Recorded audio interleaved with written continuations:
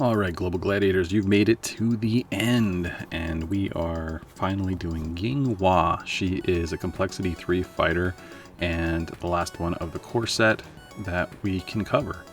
One of the things that she's able to do that no one else is able to do is make the enemy deck constantly have to cycle and shuffle, and she powers up as the enemy deck whittles down, and that will affect her basic attack.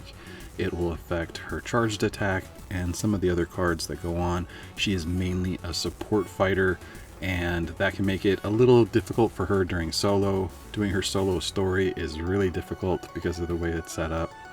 Let's take a quick look at what she's able to do. So as you can see on her normal side, her interrogate action allows her to attack for 2 and reveal the top of the enemy deck.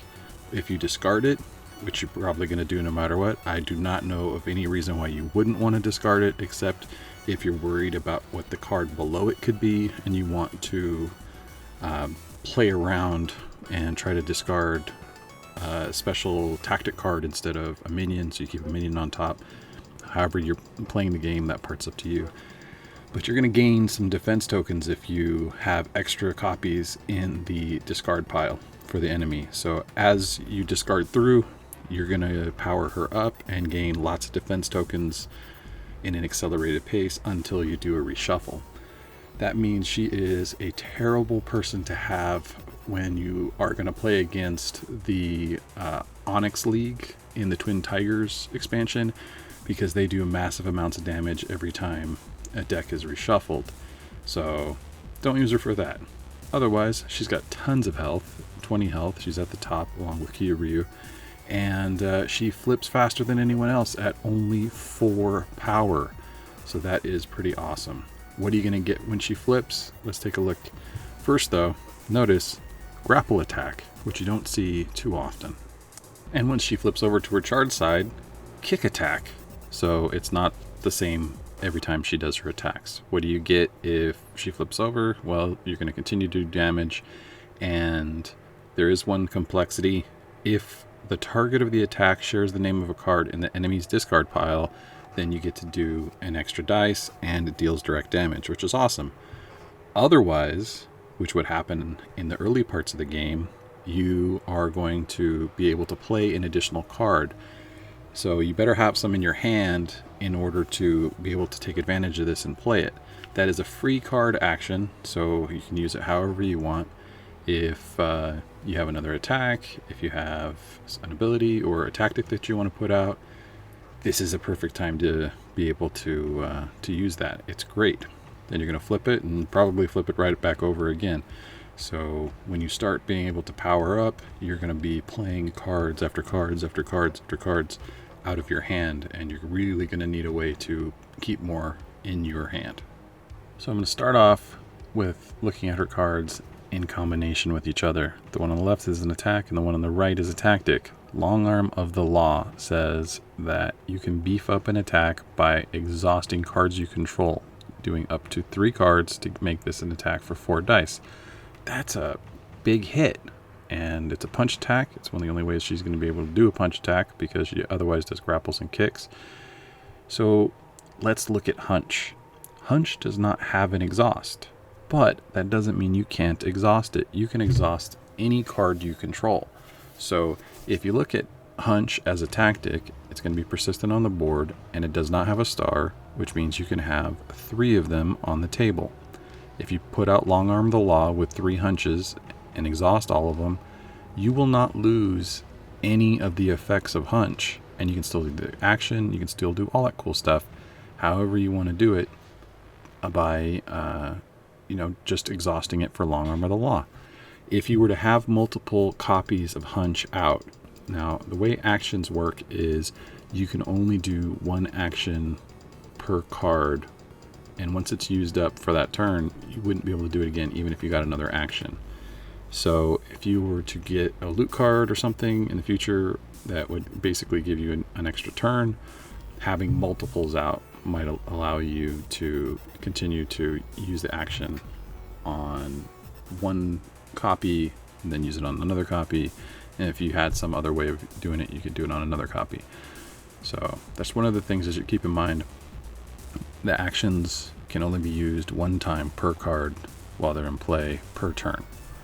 Otherwise, what does Hunch do? You will be able to mitigate damage by shuffling copies back into your deck, and you can reduce the damage by 2. Sometimes that's effective, and sometimes it will help keep cards that you know were going to pop up at the bottom of the deck, and it will also, in one way or another, prevent from having to reshuffle. So if you did have to use Ying Hua against the Onyx League, this would be your tactic to keep from having to shuffle too often. You can throw stuff back into the deck and hope that you won't have to cycle through one more time. Other things to notice about the action on Hunch is you can choose any fighter to draw one card, and then you, not the other fighter, get to play a card. So it's a free card action, which is kind of nice to have. So then there's some extra cool cards. Remain Silent has an exhaust on it, so it's not one you're going to use to power up, say, Long Arm of the Law, but it will allow you to do some extra damage if you're discarding the top card of the enemy deck, and you're going to see that there's going to be 1 general damage for each enemy engaged with you that is part of that discarded copy. So notice the first thing you do is discard it, so that card itself will do damage, okay, because it is now in the discard pile. So at a minimum, you're going to be able to exhaust 3 times, 1 for each copy, and do a general damage to any enemy that is next to you. That's always nice to have. And you also get a little bit of a bonus when you play the card. You get to get a defense token and choose one fighter to draw a card. Say it's Brandon, you're going to power him up really fast, just putting out your own tactics when you gain other cool stuff for it. Then Observe and Report is going to allow you to choose yourself or an adjacent fighter to gain power. And it is also going to give you a defense token, but power is pretty awesome for her because she flips in such a small amount of it. And being adjacent to a fighter is a lot harder than it sounds. It's a lot harder to pull off staying that way. You can't really necessarily do it to all of your allies. You can try, but allies don't gain power. They would just take on the defense token. So what else can you do here? Well, a cool little trick with the feint is you reveal the top 3 cards of the enemy deck, returning them in any order, which basically gives you full control over the 3 cards that would be there, so you know what you're going to be discarding with Remain Silent, and then you get to choose a fighter to move a card from their discard to their hand. Well, you feinted it, so that means it went to the discard, and then you can put it back in your hand. So if you have 2 copies of this, you can just keep rolling and rolling and rolling, and always have this ready to go, using other powers to be able to give yourself additional card actions, and you'll have full control over whatever's in the enemy deck and be able to push lower cards you're more worried about into the discard pile and draw ones that you're less worried about on the following turn. So that part is pretty cool to be able to have. If you have 4 players, though, you're gonna run out of control by the time you get to the end of the threat draws and it comes back to you. But that's just kind of how it works. Sometimes you take what you can get, and yeah, it's a pretty awesome way to continue to manage all that you're capable of doing. Sometimes you don't always want to play a card. Well, now you have a trick that will basically give you a reason to play a card, from all those extra plays every turn. Oh, and you can exhaust and then feint, and then put the card down. It's a brand new card again, then exhaust again. Just throwing that out there. So some other cool stuff she can do when she falls back, allows everyone to be able to move a space so that gets them out of engagement range, which is helpful. And then all of the unengaged fighters, which they should all be, gain 2 defense tokens of their choice. That is a great way to help people out, especially in the early part of the game or in the clutch moments when you've been worn down. You just need a breather. You got 2 defense tokens. It really, really helps out. And if everybody gained the defense tokens, which they should have, because you should move them out of engagement, then you may deal an enemy within 3 spaces of you 2 direct damage, because it's just like you just shot them from across the hood of the car or whatever the case is. So extra cool stuff. A little bit of movement, a little bit of help, helps everybody. That's what she's all about, is that absolute clutch support when you need it. Apprehend, slapping the cuffs on, allows you to discard the top of the enemy deck and attack, which is cool. And if it's the same minion as something that you have in the discard pile, which you probably will have, then you get to exhaust it, and that is very helpful. Otherwise, standard, choose a card to draw, a fighter to draw a card. If you're with Brandon, then you're helping him out. So you get to attack, and then you get to draw a card. And her final 2 cards, Phoenix Tail and No Shadow Kick, both require powering up using exhausting your cards. And just so you know, you can exhaust your player card as well, because it's under your control. Any card you control, it does not have to have an exhaust. You may exhaust from another effect, and it will be able to benefit you in that way, losing nothing on the text. So the Phoenix Tail is pretty cool. You can attack an enemy within 5 spaces of you. So you can power it up to 5 dice, which is awesome. And afterwards you can move into an empty space, which gives you a range of maybe 6. So you can move, then do this, and you'll have a range effectively of 9 hexes, which is a great way to get away and finish off a minion on the other side of the board while maybe you need a breather. No Shadow Kick allows you to do 3 separate attacks. So if you were to change a target in the middle of it, you can. There are 3 separate attacks, and there's no targeting requirement. It's just that before each of the attacks, you can exhaust a card to gain an extra die, which gives you a total of 6 attack dice for a regular attack here. If you were to have some sneakers on you, then one of those attacks, because it's before an attack, not before a card, will get the bonus. Same thing if you had some brass knuckles. It's not, you can't use brass knuckles on this one. It's the butterfly knife. It will only work on one of the attacks.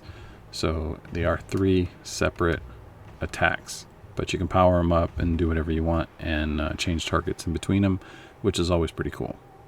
As far as her story goes, it's not too complicated. If you get the informant perk, it doesn't last too long, because it says here, after a Jinn figure is defeated and the first Jinn that you're going to have is a rival, then you remove the card from the game, so you don't have to worry. Well, you're not going to get the hero story anymore. One of the things you could do to try to keep it around is to defeat the boss while Jinn is still around, so he could see the boss being defeated and maybe turn over to your side as an ally. Or you can just beat him up, because it's not really going to help you too much. You have to discard a defense token to make it work, so it's not that great a perk. As far as chasing leads, the penalty goes, then discarding a power from the card or discarding a card from your hand or play area every single turn is not good. And anytime you draw a loot card, you place a power on the card. So you're giving up a loot, and you're giving up a bunch of cards. This is going to seriously hurt your ability to function, so don't get the penalty. And then we have to look at Ying Hua as an ally. Why does she look so different? Well, one is from Brook City and one is from Street Masters. So the one on the left is from Street Masters, the one on the right is from Brook City. They operate very differently.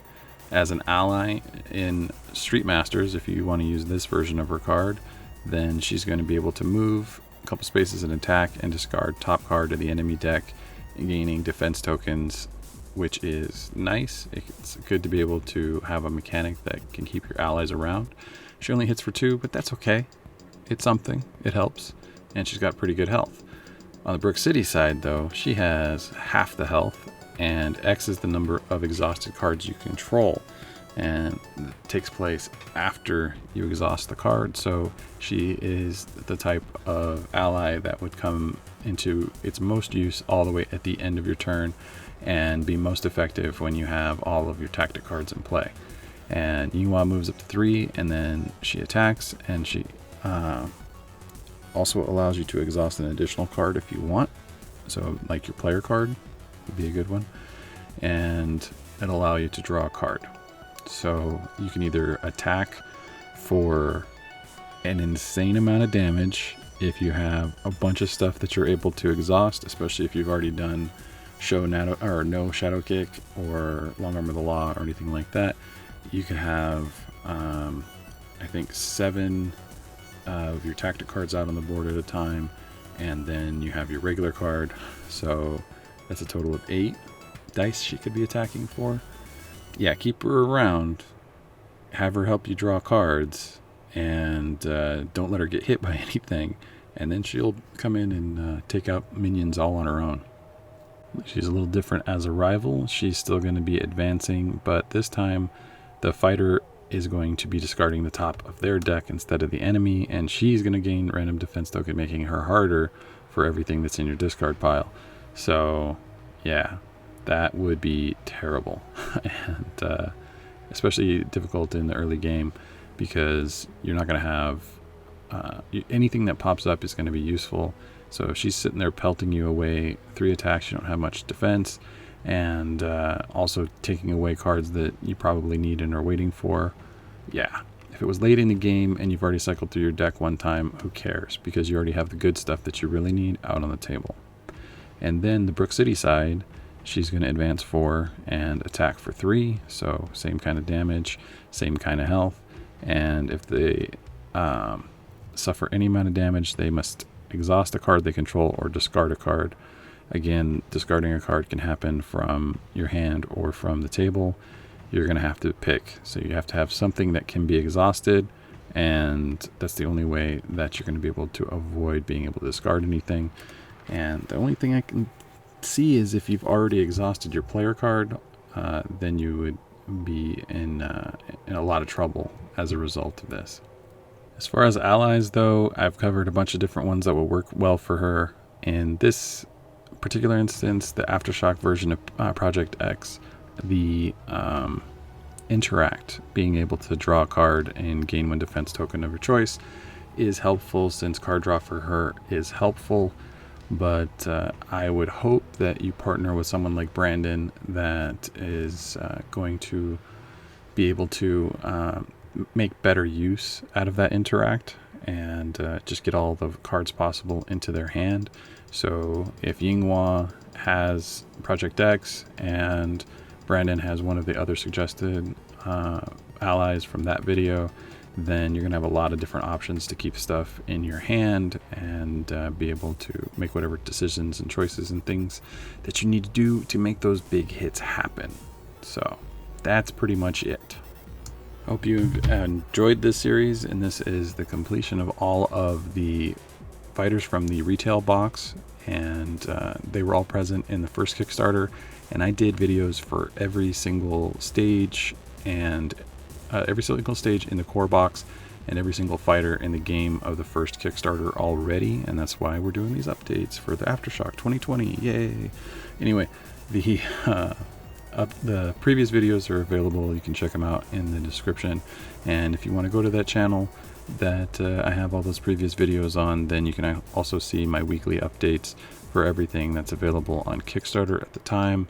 If you're into games like Street Masters, then check out all the other cool stuff. It started on Kickstarter, and Blacklist continues to utilize it to help make great games, and so far everything except Contra, I believe, for Blacklist has had some sort of Kickstarter presence.